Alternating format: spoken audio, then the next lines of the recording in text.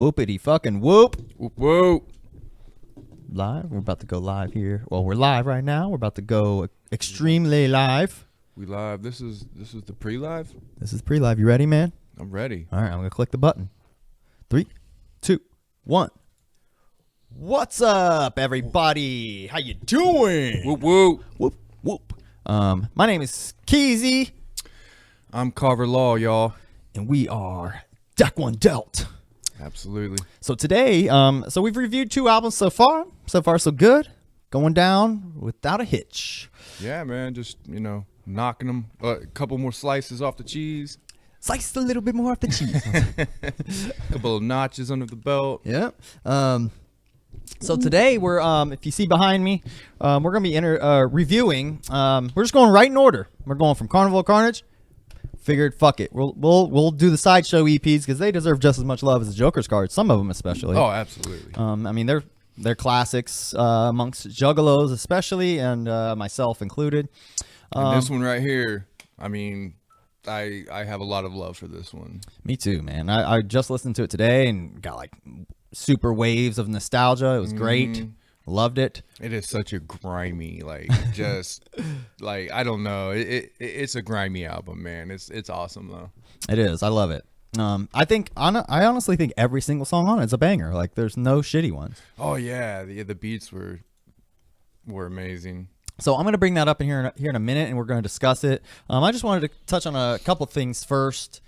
News wise, I don't think we're necessarily going to. This isn't going to be anyone's source of Juggalo news that I would think, not yet at least, but we're focusing on the reviews. But I had a couple current things I needed to talk about, especially since I've been very engrossed in the Juggalo world since we've been doing the show, especially over the last few weeks. Which is good.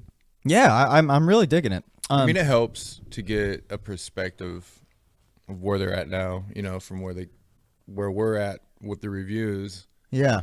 All the way up to where they're at right now. Absolutely. So today, they came out with a Yahoo interview. Well, it came out last night, rather. And you sent it to me this morning. We posted it up for you guys. It's like, I don't know how long the actual interview was, but they only posted 3 clips, unfortunately. I wish they would have posted like a long form interview, honestly. Yeah, it seemed like they cut it up, or at least they cut it off at the end. And it's strange, like the stuff they did include. They left the shit in about. I mean, Jay literally says they're gonna be. It's like he's busting a nut by having this 20th gathering, and then and like the girl's literally like going like this, like laughing while she's saying that, and then I'm sure they were like, oh, they're ICP. We got to put the crazy stuff in. But it's weird because they were bleeping out like F words and shit, Yeah, it was strange. Yeah, but the interview is pretty cool. That's besides the point though, because right after that I watched. It was recommended and I saw it, and I actually seen Fago Lovers post about it like a week ago. But I never did watch it because it was an hour and a half long. But what was No Jumper is the name of the show, right? Yeah. I've never heard of this show. I'm guessing it's popular.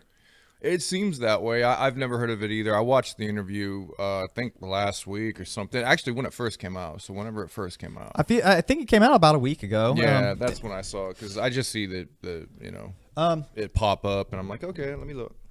Immediately while watching it, like right off the fucking bat, like I'm kind of annoyed, honestly. Why? Because the guy, what's his name, Adam? I think it was Adam. And by no means, I want to stay positive. I'm not going to sit here and shit on the guy. I'm really not. He did a great interview. I watched the entire thing today, and it was great. I thought he asked some pretty good questions. I did too. A lot of the stuff he said was good, but right off the bat, I had an issue with him wearing the Ringmaster shirt and having face paint on. Why? It just annoyed me. Like, it's patronizing to me. Like, motherfuckers doing that shit.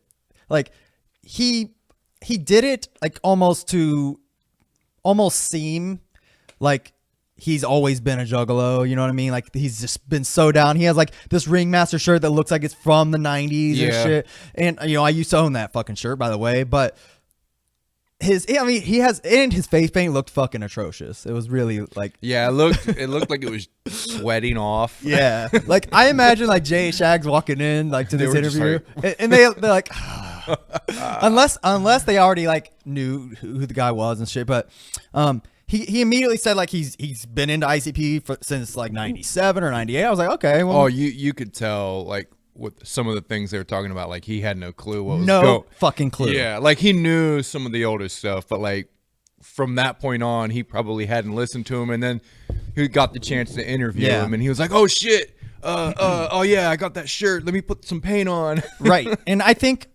and I get why he did it and stuff, but I think that just comes off as like overcompensating. Yeah, absolutely. So that's why it immediately kind of bothered me. Like, I would have really respected the dude a lot more if he'd have just been sitting here like we are, like talking to him, you know? Yeah, yeah. It was just unnecessary. So, but that said, I did like. Here's a couple things. I made some notes while I was watching it because I was like, I gotta bring some of this shit up. I know I'll forget. Yeah, I was gonna say that aside though. Like, I thought. Look, these are all my notes on this fucking interview. I thought coming from a perspective of just like normal people, like a normal like almost hip hop crowd, or just music in general. He kind of came at him in a way that most interviewers don't. Right, and I loved that. Yeah, I thought that was pretty good. He did get them talking about, like, there's a couple times where I just thought to myself, I was like, God damn it. Why ain't I fucking interviewing ICP? I know, it'd be... But then he would ask, like, the thing I was thinking. I was like, okay. Yeah. All right. Yeah, exactly. I got that same feeling, too. I was like, man, here we go. Another interview where they ask the same shit over and over. And I was like, no, this guy actually, like, went around and they got him telling some stories and hitting on shit they never do. And, this interview... This is one of the only interviews I've ever seen, as a 20-year ICP fan. This is one of the only interviews I've ever seen Shaggy sit down long form, like unfiltered. Like, this is just obviously he sat out for the Yahoo interview and whatever other interviews, but he got just as much talking time as Violent J, which is fucking rare. Yeah. You know what I mean? Very rare. And that was my favorite part of the interview. Like all the Shaggy's like little tales and stuff. I really, really loved that Shaggy was talking about like his family and like he loved being married and shit. That was so cool to me. Well, Shaggy does go into that stuff in other interviews. Okay. Like Jay's the one that wows out now, because even Shaggy will mention it like, this motherfucker wows out. I'm happily married. I don't know about this one. Like you can, and I've heard that kind of banter between the two in other interviews over the past few years. I haven't checked all of those out, so I definitely will be seeking those out because that was my favorite. Like just seeing like. I mean, I've always held ICP up on this pedestal, especially as a younger man. As I've become an adult, I've said it before, I kind of look at it more as like, oh, okay, you're like me, more, rather than you're God, which it was at one point.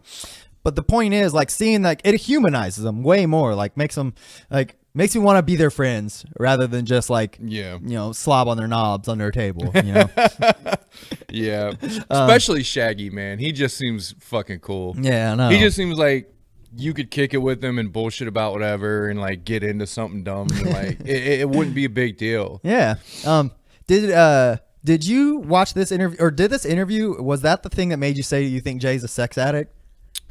Because he did say, like, especially toward the end, he was getting like ridiculous with like talking about how everything he does is like trying to get up some pussy. And shit. Well, yeah, dude. Every interview, Jay says something about he has either a sex metaphor or he's talking about busting the nut. Yeah, at the gathering. Like, yeah. So again, like, I mean, I guess we're all sex addicts in a way, but like, it really does. Like Jay, man, you can tell he thinks about it so fucking much. It's like.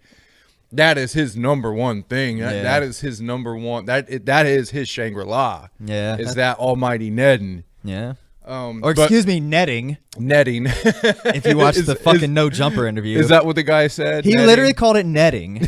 And like, which by the way, like at one point they mentioned like casually, like Shaggy just says like Ned like in a sentence or something. He's like, yeah, like, you guys always had your own slang, like blah, blah, blah. And which I really like that question. They started talking about all how they use the slang to get around Disney and shit like that. Yeah, that was cool because I don't think they've ever gone that deep as far as like why the slang they had. And this, And a lot of that slang didn't really pop up until Malenko. Like you really started hearing some more crazy like slang, just weird words.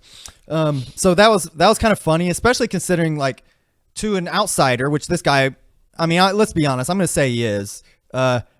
He at least should have known of the fucking netting game. You know what I mean? Yeah. So that kind of annoyed me. Well, he from what I looked, I went through the list of like a lot of the interviews on his channel, and like a lot of it's like just hip hop. Yeah, normal hip hop, like nowadays type of shit, trap music. So and like, I would have given him a break on that had he not worn the fucking Ringmaster shirt and paint. Honestly. Yeah. I'm not. I didn't watch it the whole time thinking this and like thinking he was a Juffalo and shit. But there was a couple moments. Like, hold on, I had a couple moments where the dude did a good job of interviewing them as far as like asking good questions and shit. You can tell he's a good interview and he's comfortable and he doesn't. Yeah. But there's a few moments where like he really should have just shut the fuck up and let them talk. Yeah. Like he kind of started talking over them and telling them an anecdote. Like, bro, nobody wants to hear what you're saying. Yeah. Like, let them talk. You know. I don't remember like key things, but you obviously got notes, so go ahead and say them because it'll probably ring a bell. Like, oh yeah, I remember when he said that shit. The other thing I really, really, really liked about this interview was it covered their entire career.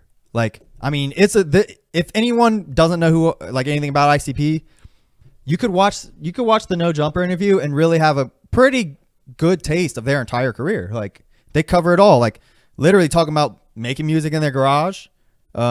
Then they talk about their wrestling career when they were young. They talked about fucking everything. They go through like every era, literally. It's crazy. Yeah, it's a good interview. So for that, I'm a junkie for that shit. Like just hearing them talk about them. I want to hear that. I want to hear an ICP podcast where they just talk, you know, like all day. Shaggy needs to come out with his book. I heard he was supposed to be doing a book. I would love that. So it was like you said he was a good interviewer. There's a couple things that annoyed me. Like he said when they were talking about the wrestling career, like he chimed in and said like, and he did this a few times. And I think I could even tell like in Jay's face. He said like, oh, well, that's why you didn't make it as wrestlers then. Like, well, they're like, well, motherfucker, we did make it as wrestlers, you know, like, yeah. And I don't think he meant it, but it was just kind of the way he said it. Like, you know, you could tell like Jay was like, you know, pump the brakes on that shit, bro. Like, you know, we were wrestlers. We are wrestlers, you know? Yep. There's a couple of moments like that. He didn't know they were on WCW. Kept mixing up Malenko and Jekyll Brothers lyrics. Yeah, did he? Yeah. Oh. He said a lyric and like it was a lyric from Fuck the World. And they were even like, I mean, you put them in an awkward position. Well, they're like, well, yeah, that was actually from the next album, though. Yeah, a lot of times they let stuff slide. Yes. But I remember he did. Was it even Shaggy? Wasn't it Shaggy that said that? Mm-hmm. And, you know, that's okay. For what it's worth, I don't expect anyone who talks ICP to be a fucking scholar. You know, not that I am, but I know quite a bit. This is probably the one subject I know more than anything about. And again, wouldn't have been as bad without the Well, they realize they can't just let juggalos interview them. They have to reach out and let other people. But yeah, like you said, the dude wearing the paint and stuff. I mean, I'm sure Jay and Shaggy are so used to shit, they just let that shit slide. Yeah. They probably didn't even, it was probably like, they were just like, oh well, and then they got right into the groove of it, and like they didn't really think about it too much. But I would be interested to know how deep they actually thought about that. Like, this guy really got fucking paint on? Yeah. What the fuck? I'd be curious about that too. I mean, it was obvious that they were like completely on board. Like they were just along for the ride, and they weren't going to be like combative. Right? You know, they were in the groove. 15 years ago. They probably would have. Yeah, I mean now they like I loved that they kept saying this. They're like, you know, we realize we're old school. You know, like it came and it happened and we love it. You know, and I thought that was so dope hearing them talk about that shit. Yeah, where they're saying they embrace being old school when they used to. They embrace being old school when they used to. I guess try to deny it or they never thought it. Not accept it. Yeah. Let's see.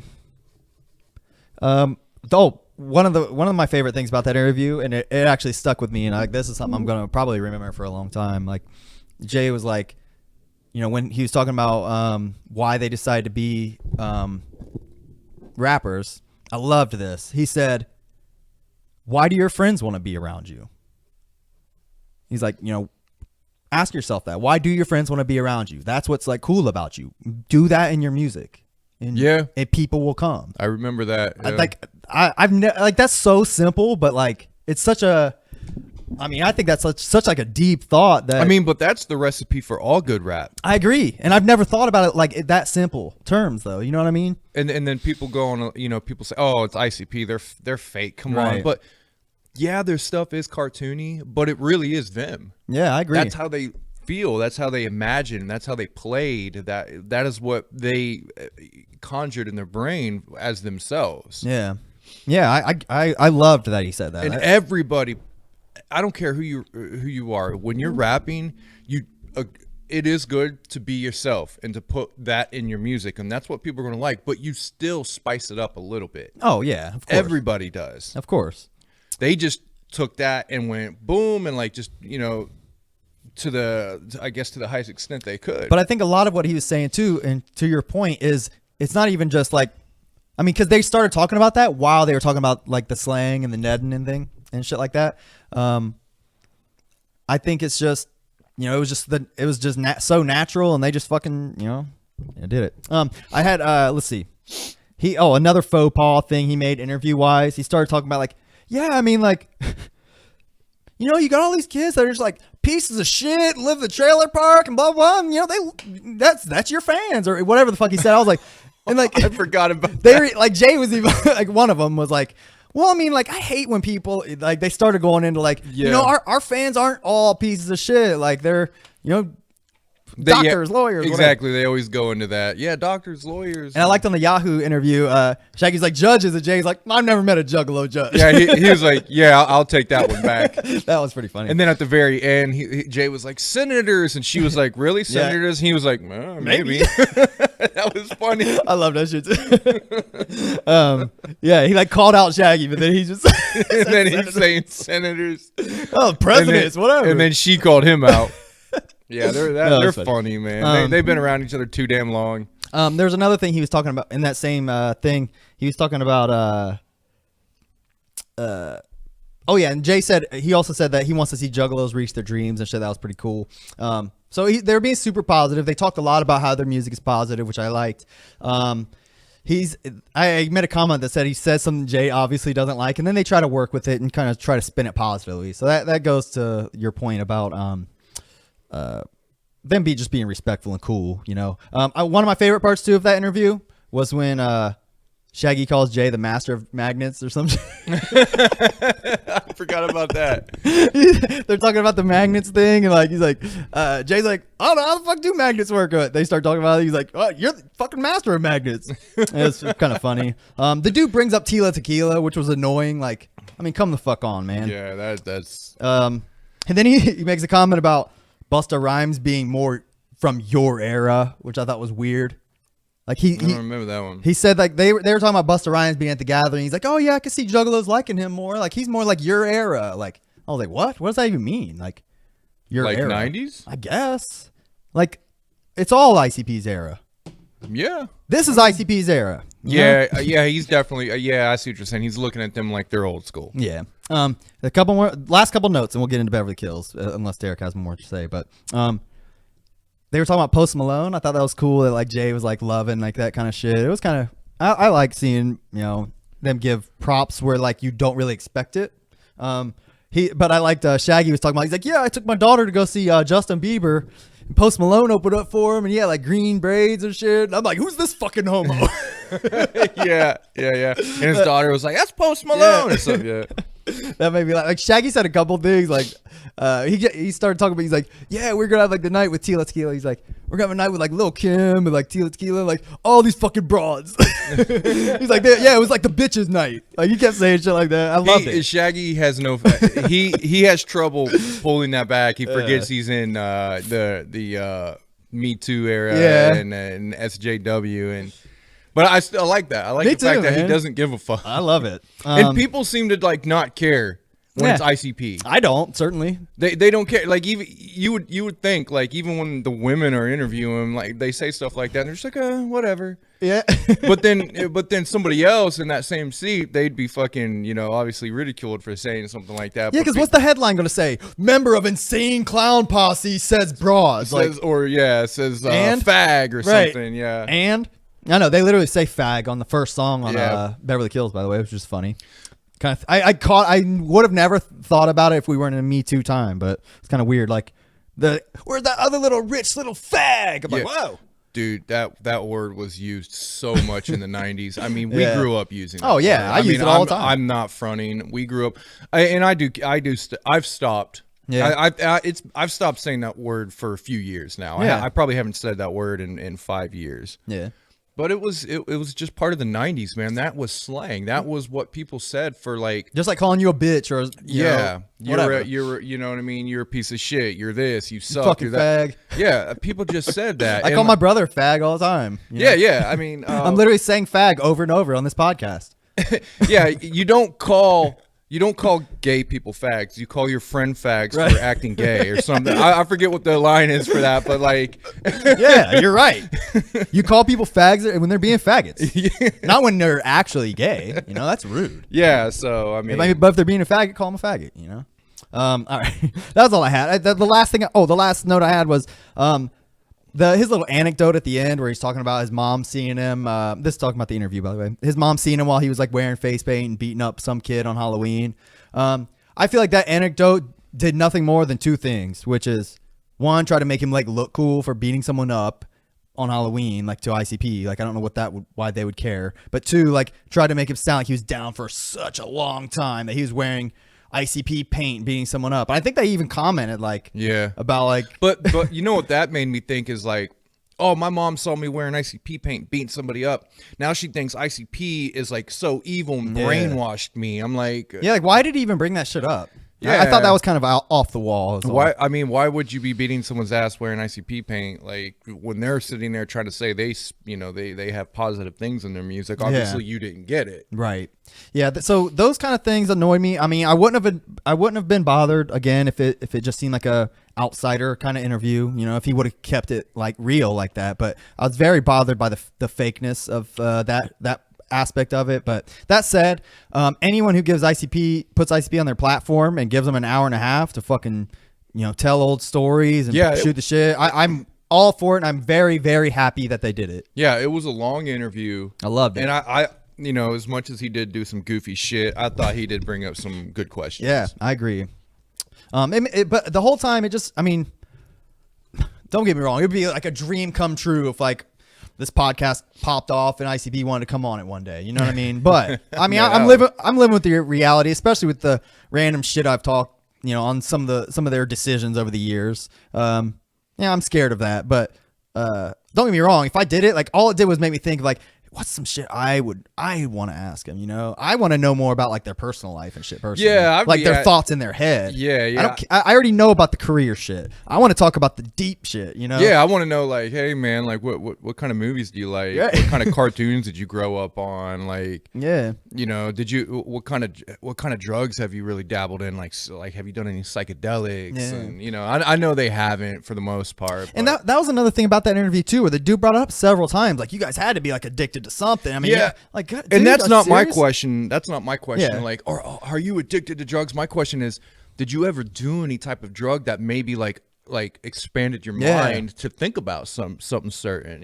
Yeah, that would be interesting to Mine's find an out. expansion thing, not we're fucked up and on PCP and we're crazy. Right. So that kind of line of questioning during his interview, kind of threw me off guard too. So like I said, it wasn't anything against him personally. If he was here right now, I'd say all this to his face. I'm not like talking shit to him. I just, as a actual juggalo, that kind of shit rubbed me the wrong way. It was kind of a bad first impression because I'd never seen the guy at all, and now I know he's kind of like a phony. Yeah. I mean, he seemed like a cool guy, but I keep watched, it real. Yeah, I went through. He was. Got my fake up, by the way. He's got he interviews like porn stars. Oh, for real? Yeah. That same guy? Yeah. Oh.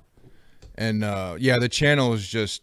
It's not my thing. Yeah. I started going through it because I was slightly interested. And I was like, I mean, it looks like he has a lot of fucking viewers and shit. Yeah. That ICB interview has like 300,000 views. And what was cool, which I did like, I don't make it a habit to read YouTube comments. I know it's like cancer, but I did kind of skim through like the comments on that video just out of morbid curiosity, and I was shocked at the amount of people who were saying like, good job. I really liked what you did. Wow. Like, I'm not an ICB fan, but, keep doing you. I saw all that kind of shit, which I legitimately didn't see any hate. Like of the 50 or so comments I scrolled through, which I mean, that's incredible to me. Again, man, I think one reason I think they let that guy slide with so many things is because the very first thing he said is they're hip hop legends. Yeah. And if you say that to ICP, they love you because they want to be hip hop. They really do consider themselves hip hop. Yeah. And I loved that they cemented that today too, because it has always been, I mean, as a longtime juggalo, it's always been kind of thing like, I mean, would you call ICP? I mean, obviously it's rap, but where would you put him if you owned a record store? You know, I personally would have always put him in rap, but I could see why they, equate him with rock or whatever. But it is what it is. I don't know. That's all I had to say about the no jumper. Props to him. But if I had my shot, I think people would like it more. Oh yeah, I want to see a Keezy interview with ICP. I think that would be where it's at someday, maybe. All right, man. Let's dive into Beverly Kills.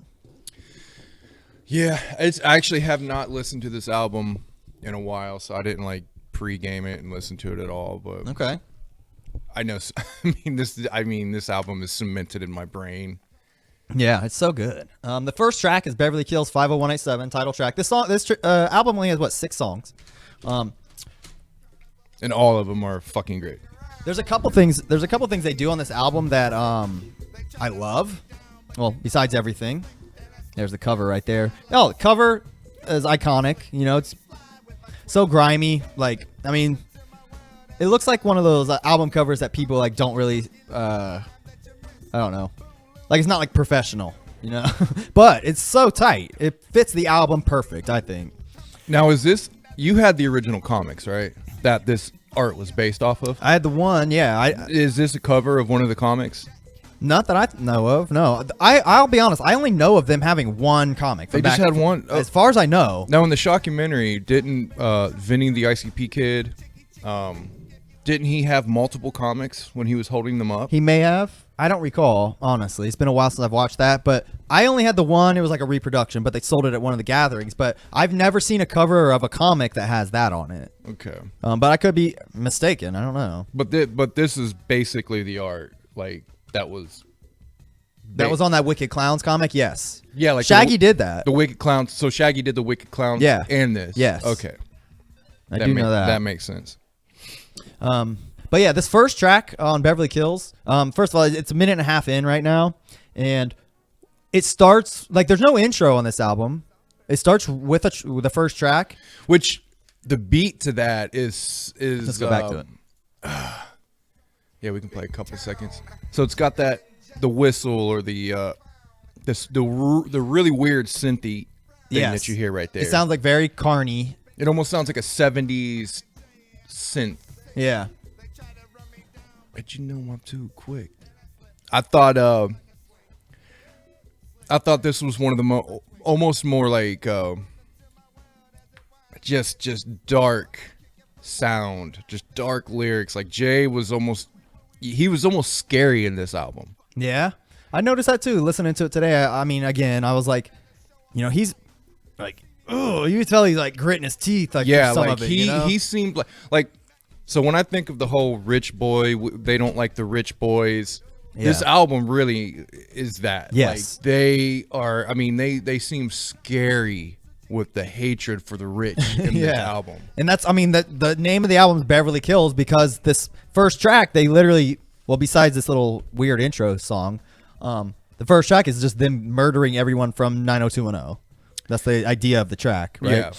But this, before we get to that, this intro like song, they do this at least twice on this album where this easily could have been its own track. Yeah. It's strange, the decision there to me, because I think if they would have made this album today, that would have been its own track. Yeah. You know what I mean? So they do this weird thing for a minute and a half instead of making it its own track. Where they attach these two separate things, but they like it's the intro to the song basically. Yeah, right? it's like the intro to the song is a different song. Yeah, it's but I love it. I mean, it's so fucking cool. I love that they did it. Yeah, like I loved that. how they did it back then. I wonder if they just did it because they only wanted a certain amount of songs. Yeah, I mean, that's the kind of shit I want to know. I want to know these details. the nerd, it's like nerdy ICP like details. Yeah, yeah, like the really like deep over analyzing. But then it goes right into the song, the actual song, which I consider this actually Beverly Kills 50187, like the actual second half of this track. I always remember the first part, and I never skip through it, and I love it. But when I think of this song, this is the part I think of. This song, he just goes around the school murdering everyone for 50187. He says some of the crazy, most off-the-wall lyrics they've ever said. Yeah. Honestly, in this song. This one had the weird Carnival of Carnage random lyrics bleed over into this. Yeah. Like, this could have been a Carnival of Carnage song. This part right here, too. Like, yeah. You're gonna die anyways. But they're literally putting a skit in the middle of of a song again, even after having a long ass intro. Like, they were dead set on making this like a what do you want? Aquaman. It's so funny. Like, I want to know, like, obviously when they wrote this song, like did they really plan, like when they wrote it on paper, did it say, all right, right here's where we put the skit where Shaggy drowns the bitch in the fish tank and has a different beat and plays Sugar or whatever. You know what I mean? Like, I don't know. That's the kind of weird shit my mind goes to. Again, I think they probably had the producers help them with this stuff. Yeah, I would imagine. I'm sure a lot of it was probably Jay too. Yeah, because his mind, his creative mind. I mean, he probably had to think a lot of this stuff, and he just, you go to the producer at that point, like, how do we do this? Yeah. I'm sure it was something like that, but maybe not. Maybe it was Jay that came up with every fucking idea and was like, this is what we're going to do. And Shaggy's like, all right, I'm down. Maybe it's possible. So, you're going to look up the production for that, or the producer for that? Yeah. I was going to make a note about this song. They do this twice that I know of on this album, and it's odd because I don't know of really many more instances of this occurring in ICP's entire career. They literally censor a couple words on this album. Yeah. Which I think is weird. This is produced by both Jay and Shaggy. Oh, shit, really? It says produced by Joseph Bruce and Joseph Usler. Wow, tight. Engineered by Scott Summers. Here, listen. Like, what is that? I know my something boys. And I still to this day don't know what that is. I don't either. We're not real juggalos for not knowing. You know what? We're gonna find out. We're gonna become real juggalos. We're gonna become real juggalos right now. Speaking of this, they're as the Clowns. This is their second CD, right? Yes. One of the very first line in the shout outs, the thanks. Peace goes out to the Holy Creator himself. Wow. Very first line. Damn, in the shout outs. That's interesting. That's what I'm saying, and I remember that. Yeah. I remember reading that. So the whole God thing, like, I mean, it was there the entire time. Look, even on Genius, whoever wrote the lyrics on Genius.com, I know, and then blank, like boys, the bass go boom. Doesn't know, huh? I wonder if I wonder if it's like, if this makes me think something.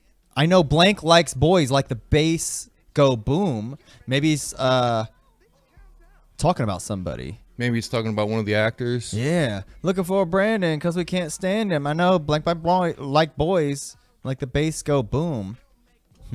So it's obviously who they're talking about, so I don't know why they would have blanked it out. That's so strange. Not to mention the whole song, they're name dropping their characters and literally, I mean, fucking them in the ass and killing them and kicked in his face, kicked in his balls.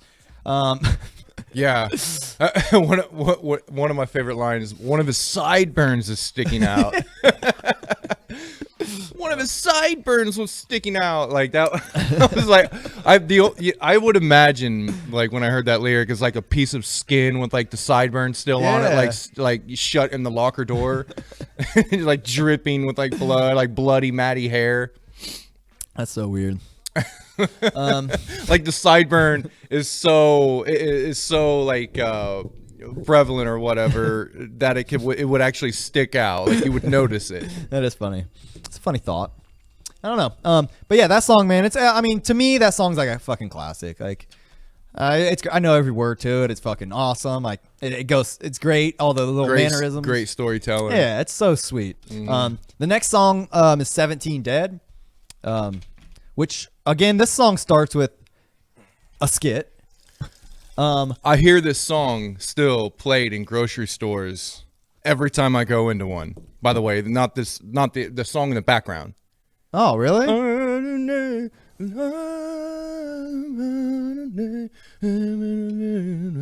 know that. I don't know what the fuck the song is. Wait, this song has a sample in it? I literally did not know that. During the skit. Hold on, let me hear it again. Hold on. Oh, shit. But you know, I love this shit. Oh, yeah, I know every lyric to this.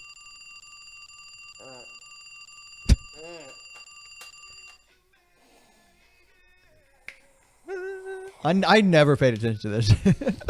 I don't know who that. I can't remember who that. It's a famous like pop song. Okay. I don't remember, but Oh yeah, I've heard that. Yeah. you still hear that. Go into a grocery store. I guarantee if you're there more than an hour, you'll hear that fucking song. That's funny. So this song, 17 Dead, starts with a skit. This song is fucking almost 7 minutes long, which I just noticed. But I think it's due to, has almost a minute long skit at the beginning. And then now, I think this has a skit at the end too. But now, what other song can you, like, in my eyes, there's not many songs in the entire ICP catalog that you can compare this one to. To me, this is one of the most standalone ICP songs ever because it's not really funny. It's not really a story. Okay. It's almost just Jay having stream of consciousness thoughts, rapping. Yeah.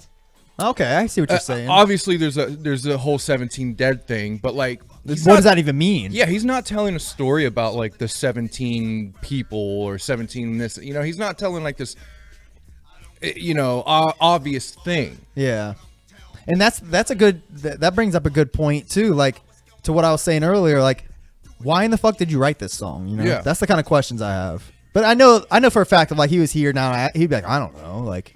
Well, I remember why I'm not gonna say I remember why he wrote this song, but the 17 is because of the 17, the record sale, right?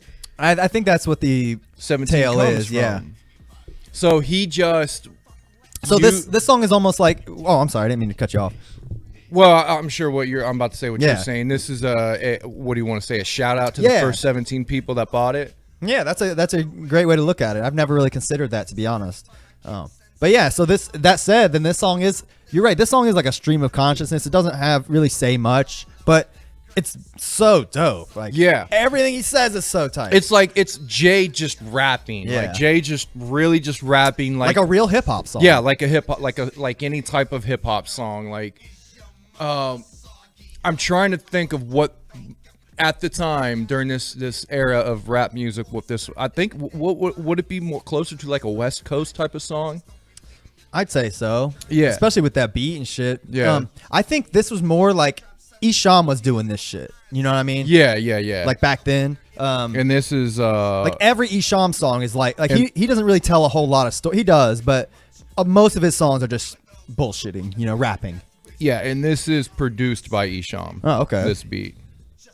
Yeah, he did a few of them on this. So what's interesting is hearing them on that interview, they're talking about how they popped off because they got Kid Rock and Isham on their first album.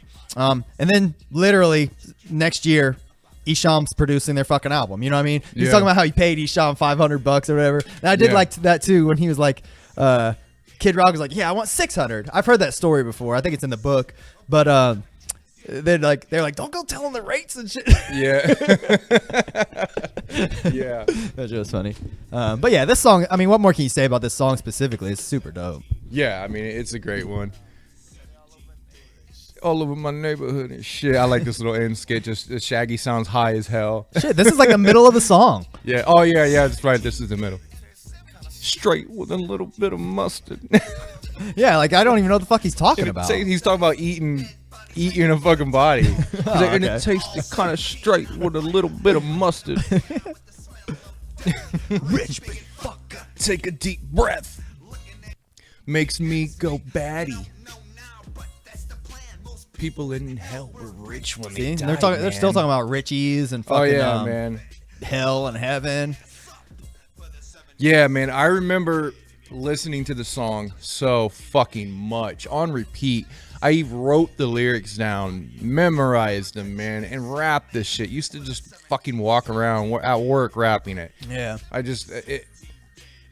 mean, I'm sure I would skip a couple words and stumble, but I'm pretty sure I could damn near 90% rap this entire song all the way through. Same. I don't know why it stuck out to me so much. I don't know why I wanted to learn it, but it was like my hip hop at that point. Okay. I think that is an interesting one specifically to like pick out as being a standout, because while I do love that song, honestly, but I don't necessarily like it more than anything else in this album or anything like that. You know what I mean? Each one of these songs, I'm not kidding you, I went through a phase with each fucking one of these 6 songs where like that was my song, you know? Yeah. Me too. The Stalker. The same thing. I did the same thing with the Stalker. I learned that. Yeah. This was fun. I love this shit at the end. Oh yeah, I wish like this is some true like almost like freestyle shit. Like cypher. This is like a cypher, yeah. They go on record and talk about how they never freestyled it. They never did ciphers. And they were never part of that whole freestyle clique and shit like that. But I remember when I first got in the ICP, this is what I thought that was. Okay. I thought they were those kind of people that would like, I just imagine clowny, all these clowny people, freaks and weirdos sitting around a big circle just jumping in and freestyling. Okay. I'm thinking clowny thoughts. Thinking clowny thoughts. But, no, I got you though. But yeah, the shit they say in this is like so fucking wacky. Like, yeah. I mean, there's no one that was saying shit like this back then, you know? With the fat lady. I like that little beat, man. I remember when I hung out. There was some people we hung out with and freestyled and shit with, and we did that beat. Yeah, I like that. And we would rap and shit to it. Violent J on either Flip the Rat or Fearless Fred, he does a song where he raps like that. Really? Yeah, I can't remember which song it is. I remember like specifically hearing it, like, oh yeah, that's like that little skit. So the next song's The Stalker. Such a great song. This is a classic ICP song. I know I say that a lot, but this one goes up there as like, I think, well, this I think is like the standout like best song in the album to me. And I think one of the reasons why is it's produced by Mikey Clark. Yep. And it looks like Shaggy is scratching in this. So it's engineered and mixed by Mikey Clark. Like, yeah, this whole thing was him. Yeah. This song is a story where Violent J is just literally stalking a woman, but it's very funny. Like the shit he's saying, so like it's wacky as fuck. She ends up killing him at the end, and then like he's telling you that he got killed. You know, it's so funny. Wouldn't like Jiffy and ain't got no nuts. Why don't you try these? She ran away scared, and I'm staring at her butt cheeks. Yeah, like they take some chances with like his like rapping styles on this song in particular. Like I don't think there's a song on this album where they like rap a style the whole way through, but here's I think that this soul likes me. Don't you fuck off with such It's got the classic Shaggy screaming, you know. Go on. There's a scratching. Yeah,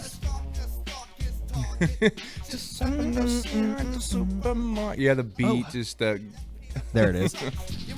Jiffy ain't got no nuts. I want to try these. Such a fucking funny line, man. It's just ridiculous. Let me see. I'll skim through it. The end of the song. Oh, another skit in the middle of the song. Like he does this like every time before the hook on this song. Yeah. So when Eminem first came out, what was it, like 98 or something like that? Yeah. Well, when I first heard that Eminem album, when I first started hearing Eminem, I compared it to this album because there's a lot of lines in this album where it kind of it sounds like Eminem. It sounds like maybe not his flow style, but it sounds like what Eminem was saying with some of the things. I can see that. Because that first Eminem album was, he was pretty zany in that one. Yeah. Oh, yeah. He said some ICP style type. I think that first album is like, I mean, like Juggalo album. You know what I mean? It really does. I mean, it sounds like ICP, just with, a lot more refined flow. Sure. But yeah, so I remember I'd always and it was before they were beefing, so I was like, man, like I thought, you know what I mean, I had the whole theories that they were cool. I knew they were both from Detroit, and I'm like, yeah, they'll probably be doing shit together and blah blah blah, you know. And then obviously he had to go fuck that up. Yeah. Okay, so this song, it's 5 minutes into it, and it still has two and a half minutes left. Yeah, it has this whole answering machine skit at the. Which now, go ahead. Is this now? Was this real? Like, did you ever think about that? I think he talks about it in the book, or I've heard it in an interview somewhere. But yeah, I think he did say about it in the book, right? I believe so. He talks about how was it his girlfriend, yes, Lori? I think Lori was his girlfriend. And these were actual messages left by some dude from her ex or something. Wow, it's pretty creepy. But one thing I do love about this part is like they didn't have to put that beat in the background, you know what I mean? But it's so tight that they did. Yeah, that beat is dark, and it makes it seem way more sinister. Yeah. Like the shit he's saying, the shit he's saying is pretty innocuous. It ain't nothing like crazy. But say like I can taste you or something. Yeah. He's like laughing and shit.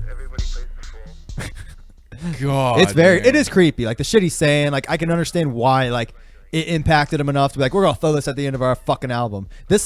I wouldn't be surprised if these voicemails was the reason he wrote this song. Yeah, honestly, so. Or not necessarily these voicemails, but this dude, you know. Yeah. And like it goes on for like 2.5 minutes for that shit. Then he's like, all right, I'm gonna go brush my hair or some shit. I never skipped this either. Me neither. Oh, let's see. Here's the end of it. Look, I can taste you. It's just such a and weird. It ends great. Like that was like it almost seemed like that was planned. I know. I thought the same thing. Like when they were cutting it, they were probably like, "That's it. That's the ending." You know. Just another testament to brilliant, you know, cutting and editing. Yep. So the next song in the this song also has this weird intro, which is like a separate song, which is a reversed beat, I think.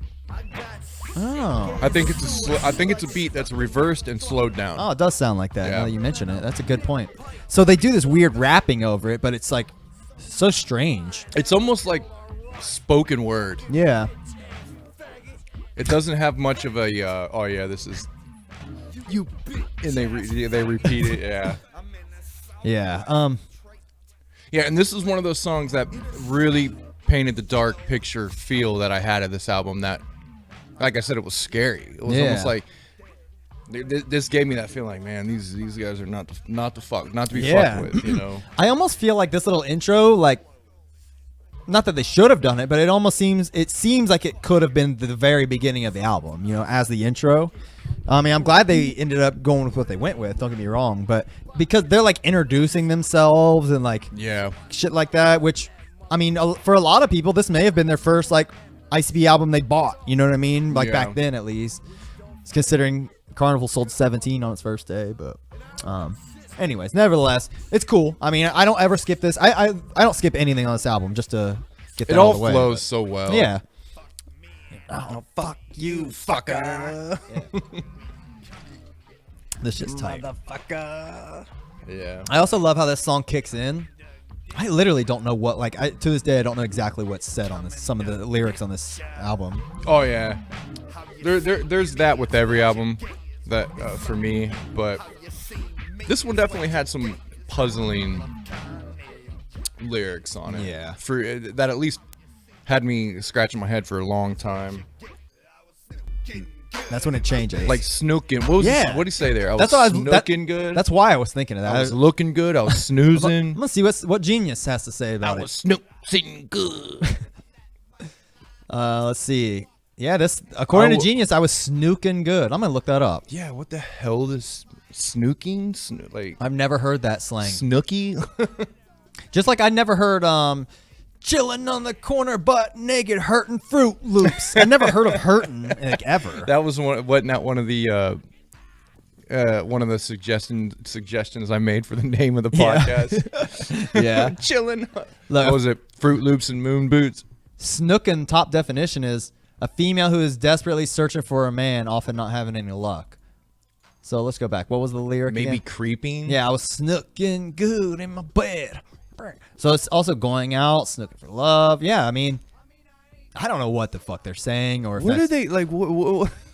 How did they even know these words at 18, 19, 20 years old, you know? And then they also made the odd decision with this song to call the song In the Ha instead of calling it In the House or whatever, which, don't get me wrong, I'm completely cool. I'm on board with it. I'm glad they did, but why? I'm wondering if that was just slang in Detroit. Like, like I'm in the Ha. Like, yo, we in the Ha, bro. Like, we in the Ha, man. Right. We, you know, because I'm sure they didn't say it like all clowny, like, we in the Ha. Yeah. But when they'd go places, they'd be like, yeah, man, we up here in the Ha, yo. Like, I'm wondering if it had to have been that. So this song also is unique in being that I believe this is the only song with Greasy. Is that true, or I don't know. do you think he shows up on other songs? I don't know. I know because it was capital E on Carnival. Right. Yeah, you're right. And then I don't recall like any other real voices other than John Kick Jazz, which then again, they never say John Kick Jazz ever. So I don't know. I confused them with him with Greasy. It's all kind of, maybe Ringmaster had somebody on it at the end. I can't remember. But we'll get into that. But I believe it's capital E. Okay. And then I don't know, man. Yeah, obviously they were. I mean, Greasy was a third member of sorts, at this time, and they didn't really acknowledge or talk about it. And as far as I know, I mean, he just came and went, and that was the end of it, for this album. But it was kind of, I don't know. I've always thought that was kind of weird. I like his little verse, by the way. I thought it fits good. I like his voice. It's cool. Yeah, I wanted that. His was probably my favorite verse on here because he says the wackiest shit. I can moonwalk, but I don't because that shit's so fucking played out. Instead, I just grab this wang and tell you that I'm in the Ha, bitch. And I love the parachute pants and moon boots. Yeah. That was what I wanted to call this fucking podcast. Parachute pants and moon boots. I like Deck One Delt better. Well, I guess it makes more sense. But look, they shout out Mikey Clark on this one. He must have produced this too, I'm guessing. Let me check. And by the way, I love the very end of the song where they just go off, like especially Shaggy screaming and he goes, he's like, I know, I love it. Yeah, this was Mikey Clark. There he goes. And Shaggy scratching, which I liked his scratching, man. I think he's the shit at scratching. I mean, it's obviously definitely no like turntablism shit, but he had just I don't know. It was like a gritty sound. I wish they would I know it's impossible with the Fago and shit, but find a way to incorporate Shaggy scratching on stage, man. That'd be so man. tight. Me too, man. I always wish they had like a live DJ on stage with them, and they could do breakdowns and little breaks with scratching and shit. Well, they've been doing the DJ thing for a while, like having a DJ on stage with them and shit. Like, I mean, I've seen them several times with one of their DJs. I think I've even seen them with Mikey Clark on stage. Oh yeah, you know what? I think you're right. I don't know what tour it was, but I know I've seen it. Because I can just see him back there, he was rocking the fuck out and shit. I remember that. Yeah, man, I love that. I wish they would do that so more. Yeah, I mean, Mikey Clark is he's the. I don't know. He's like the unofficial third member of ICP. So him being gone, there's always a tiny bit of oh man, there's always a tiny bit of disappointment when he's not involved. I'm really hoping in the future, maybe for the 6th Joker, because he wasn't on the 6th for Deck One, obviously, but maybe that's something I always I'm kind of sad about. I know, and he even said it himself too. Really? I don't know what maybe we can get into that in the future episodes, but why they had their falling out. Yeah. But I know he's I always envisioned to be on the 6th, and I just don't know why it didn't happen. But I mean, it worked out, thankfully. But Mike P. Luckily, he stepped up to the fucking plate. Was amazing, but still, you gotta wonder what it would sound like with Mikey Clark, man. How? I mean, it probably would have been. I don't think it would have been any better, but it would have been a different kind of amazing, Yep, I know. In an alternate universe, man. Yeah. We need to do that. An alternate universe. Mikey Clark doing the 6th. Hopefully he does this next 6th. Yeah, maybe. I hope by then, ICP will have built up. I mean, they seem like they're ICP's kind of had highs and lows. I mean, right now they're definitely on the upswing. You know what I mean? Absolutely. So I hope that the trend continues, and by then there's a lot of hype, and it's amazing especially for newer juggalos who maybe have just got into them within the past few years. I hope they get that same feeling we had, when we were teenagers and shit. And I mean, that was such an awesome time. Like, I don't think you can recreate it, but I hope they get something similar. So this is a thought. This is the thought I've been having lately. Have you noticed in the interviews Jay looks like he might be getting a little bit big again, a little bigger? I noticed he was, but I thought it looked like he's back going down to me. You think he's going down? Yeah, because to me, I thought he's going up because during the March era, like when they were doing the March, and even like last year, he looked like he was at his thinnest. Okay. And then now it looks like he's getting slightly bigger. My fear is he gets fat again. And this is my theory. When he's fat, the music suffers. If you noticed, every time he loses weight right before an album, like a big album. And then it's amazing. Yeah. Like the Six Jokers card. Shangri-La. Remember he lost all that weight? Yeah. And he gained it all back before Hell's Pit. Yeah, and then he gained it all back, and to me, the music suffered after that. The last couple cards, it seemed like the music suffered. I mean, that's a good theory. He was big, and then he lost a bunch of weight and came out with this, and it was great. I mean, it's kind of like his, I'm sure it's like, he has like all these intrusive feelings and thoughts and everything else. Oh, he hates being fat. And he kind of unfortunately, he's the kind of guy that like lets it, physically show too, when he is having in those kind of deep, dark spots, maybe, Yeah, he said it himself, man, that being fat sucks because the world looks at you differently. Yeah. You having some CPU I know, I just prompt coming up. What is that? Something's eating up the CPU. I don't know what. But as long as we don't have drop frames here, and this is at 100 and it keeps moving. So anyways, sorry. It's all right. I believe me, I always am annoyed about this shit. Nevertheless, this song right here, Chop Chop, this has Esham on it. I think Esham's version of this shit is tight as fuck, by the way. Yeah. I mean, this is this is like Esham rapping at his best to me. He killed it on this. I believe he did the production on this song. Yeah, I believe so too. I mean, and it's so. Oh yeah, Jay even says all over this Esham. Yeah, it is Esham for sure. Forgot about that. Chop. Yeah, this is one of those songs I remember, like Eric bumping in his car, and like we were all like, "Yeah, this." It had some bumps, man. Yeah, it had some bumps. I remember hearing this in some bass systems too, man. Swing, bring it on type of song, like bring it. Oh, yeah, okay. Bring it on, or no, that's the one that comes to mind, but that kind of in that realm. That's interesting as during in the studio at the time. Yeah, probably. Which reminds me, that was another thing I liked about that interview is when Shaggy was talking about how he was in jail, like during Jay hanging out with Slash and shit. Oh yeah, I remember that brought a smile to my face. Man, I'm on the phone every day, man. Yeah, I remember and that. then I also liked when he said that he'd been gone a month, and then he seen Jay, like went and ran up and hugged him and shit. That's fucking amazing, man. I love that shit. Yeah, man. They're definitely. It's unique, man. There's not many people like that. I was surprised to hear though. During that interview, that they don't know much about each other's home life. Yeah, I thought that was interesting. I mean, obviously they do. I mean, they spend more time together than anyone. But it's probably got to be like that, dude. Because if they were like together all the time outside of even work, like there's just no way. I don't think it could last. Absolutely. But you would think that, especially with them being, as engrossed in each other's lives due to their profession, you would think that, I mean, I'm sure they have like fucking barbecues and hang out. Like, the Youslers are coming over today. I'm sure they have those days and shit. But it was interesting to me knowing that they're not quite, and they're obviously close, like as a family member would. But you would think that they like hang out more. Yeah. That's always what you dream, I guess. You kind of like when you envision it in your head, like you're like they're always together. But yeah, you're right. They do have their own families and shit. They're doing their own. I really couldn't imagine it, man. Just me being the way I am, I could not imagine working with somebody. Yeah, being in the studio every day, going on tour with them, and then still going like just every day. I wouldn't be able to imagine that. I would get. My introverted nature would get to a point where I'm like, bro, like I everybody get the fuck away from me.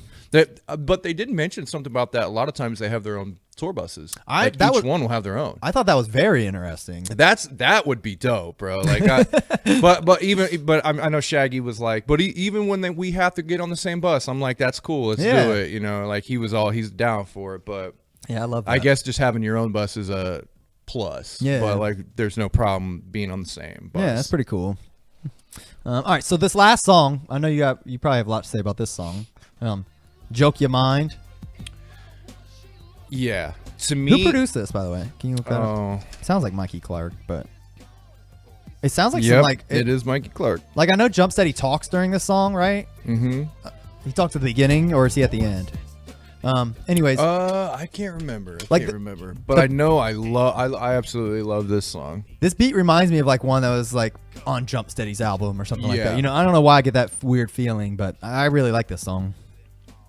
I used to fall asleep to this song. To me, like the first half of the 6 Joker's cards, like this is one of my favorite songs out of that whole first half. Oh wow! Like with the, Carnival, Riddle Box, and Ringmaster, out of order, but yeah. Out of that whole era, this is definitely one of my favorite songs out of all of it. Why? I don't know, man. I just loved this song. It spoke to me when I was younger. It gave me a good feeling of like this is one of the songs that made me realize that ICP really do have like a deeper thought process. They have a feeling of hope. They have a feeling of positivity. Like this is the song that really cemented that for me. Yeah, this song. I always liked this song. Just I think it sounds amazing. I like the rapping. I mean the piano and shit. It's like it has kind of like a pass me by almost vibe. Yeah, it, exactly. Pass me by or Nothing's Left. Nothing's. Yeah. This is a perfect end song. Like this is like the quintessential like ending ICP song. You know what I mean? So for that reason, I've always liked it. I think it wraps it up so great. But I never really paid a whole lot of attention to the lyrics. Yeah. Like it was always just kind of an afterthought. It was a dream state, I believe. It was almost like a to me, and to me, this was the one where I really thought like maybe they were like doing psychedelics. Because that's what this kind of reminds me of, almost like a trippy dream state. He says something about breathing in the magic mist and stuff like that. So, when a young Carver was getting high and, experimenting with drugs, this was definitely a song that stood out during that time. So, I mean, even if they didn't write it like that, I mean, it could still mean that, to you, regardless. Yeah, absolutely. But yeah, that's good thinking. My takeaway from this song is especially with the little skit at the beginning where it's like a homeless man or whatever. It sounds almost like it's showing you like he's down in the dumps, like shitting on his life, but then like literally joke your mind. It's saying like,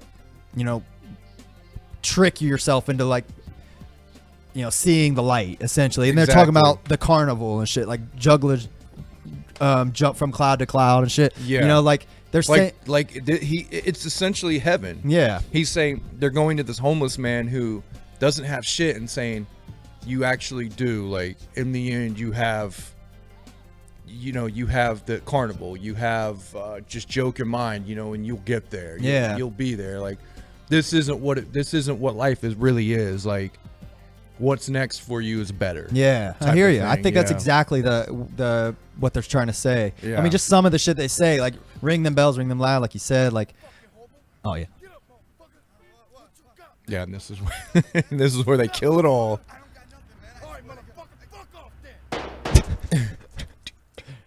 Then it goes back to that dark fucking eerie beat. Yeah. No, I really, but that song to me, I love it, man. I really do love that song. And going back, it literally is the staple of their music. Yeah, like it's a positive message. They're still talking about joke your mind is all over Fearless Fred. You're right. I mean, it's just all their music. They were doing that kind of thing, and like we were talking about the positive songs. Yeah.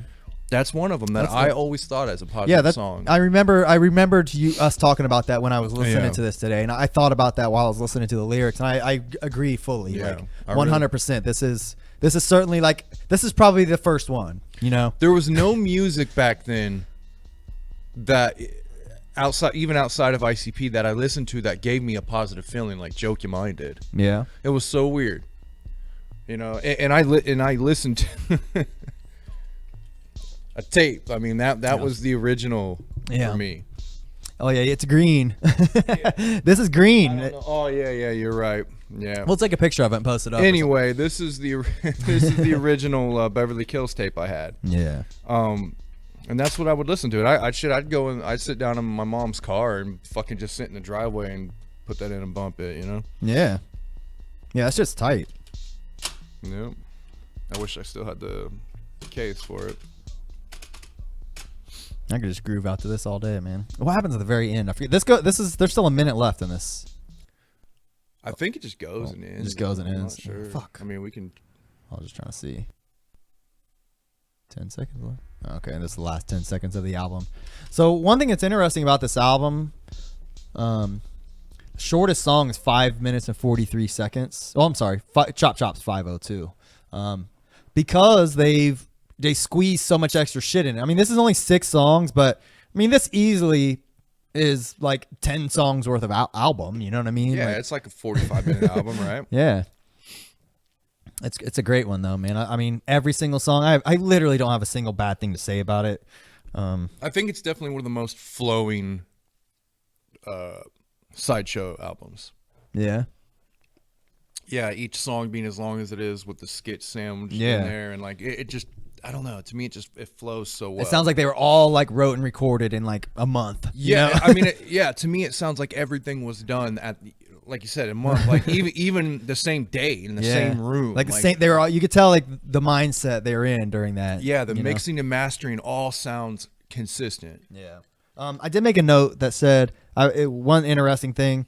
The very first song during that Kiss the Clown intro, he says, "I can juggle low like you never thought you'd ever know." Yeah, that's actually trivia that's been brought up by other Juggalo podcasters. Like not just a couple weeks ago, not too long ago, there was a thing where people were talking about that. Yeah, what's the very first Juggalo? Like who? Like what album was the word Juggalo first said on? And I've had that conversation with people, and I've always said probably like, oh, I don't know, Ringmaster or something like that, but I believe this probably is it. Yeah, a lot. Because I don't think they were mentioning it on Carnival of Carnage. No, a lot of people say Carnival of Carnage because of the juggler, but that's juggler, not juggalo. I mean, I'll go out on a limb and say like when they say juggalo on this track, they obviously aren't referring to their fans. Yeah, he was just word playing at that point and didn't realize he was saying I can juggalo. What is it?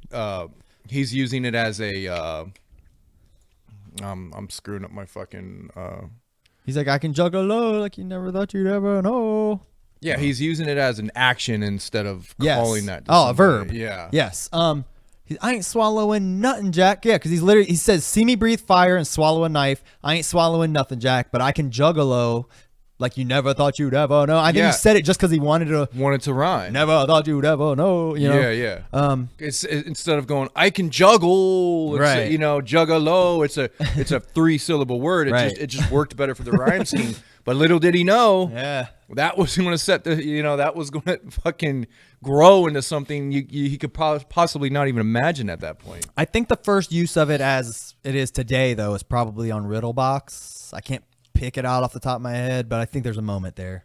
But I could be wrong. I don't know. I don't remember. Other than Malenko, I really don't remember Juggalo being used too much. We'll find out. We'll find out. Like, stay tuned for those episodes. Absolutely. Yeah. All right, man. You got anything else you want to say before you want to wrap this bitch up? Not really. I mean, it's one of my favorite sideshows. It's one of my favorite ICP albums, experiences. I put it up there very high. It probably is my favorite sideshow.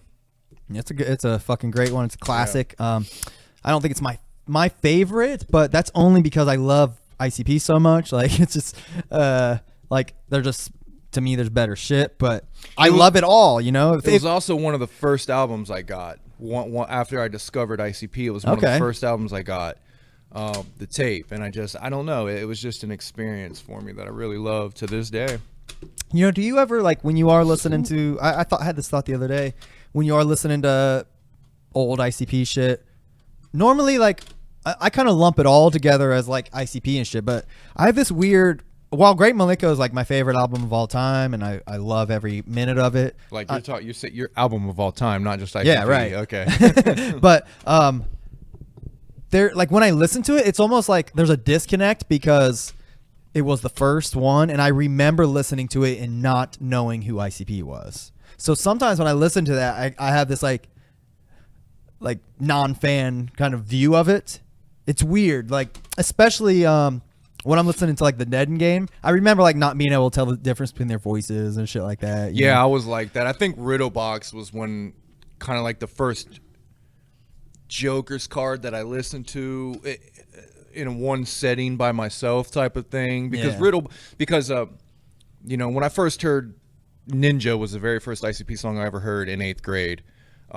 That was just somebody at lunch going, "Hey man, listen to this," and me going, "Oh wow, wow," and then didn't know nothing about it after that. And then the second time I heard ICP was in somebody's driveway at my buddy's girlfriend's house. Okay. And that was Malenko. And I remember, knowing that it was coming out. Okay. But I still wasn't just a huge fan. But I remember hearing about, the clowns people, and they got a new album coming out. Yeah. Then I heard it there, and that's when I was like, wow, this shit's amazing. And then I bought this, and that was the first experience I had with this. So this one still resonates. And then the Joker's card thing, which I wasn't really too sure of. Riddlebox is what did that for me. It's like, okay, this is a Joker's card. And that was the first setting of actually sitting down with the real Joker's card. And yeah, I still at that point didn't know much of a difference. Like this one was so new, I had no clue, no clue what was going on in this album. And then Riddlebox, same thing, but that's when I started putting it all together. Yeah. You kind of listen to it with you were listening to that with a different ear, Yeah. So, all right, just a random thought I had. All right. All right. Well, thanks for watching or listening, however you consumed this. We will keep cranking them out. We're available on Stitcher right now, audio. If you have Stitcher and you like podcasts, you can find us on there. We'll be on all the other podcast apps here shortly. But whether you listen on audio or video, we appreciate it. Comment, like, subscribe. Let us know you're out there, and let's hang out and do the damn thing. Yeah. All right, man. Let's shuffle on out of here. See ya. Fuck, I forgot about our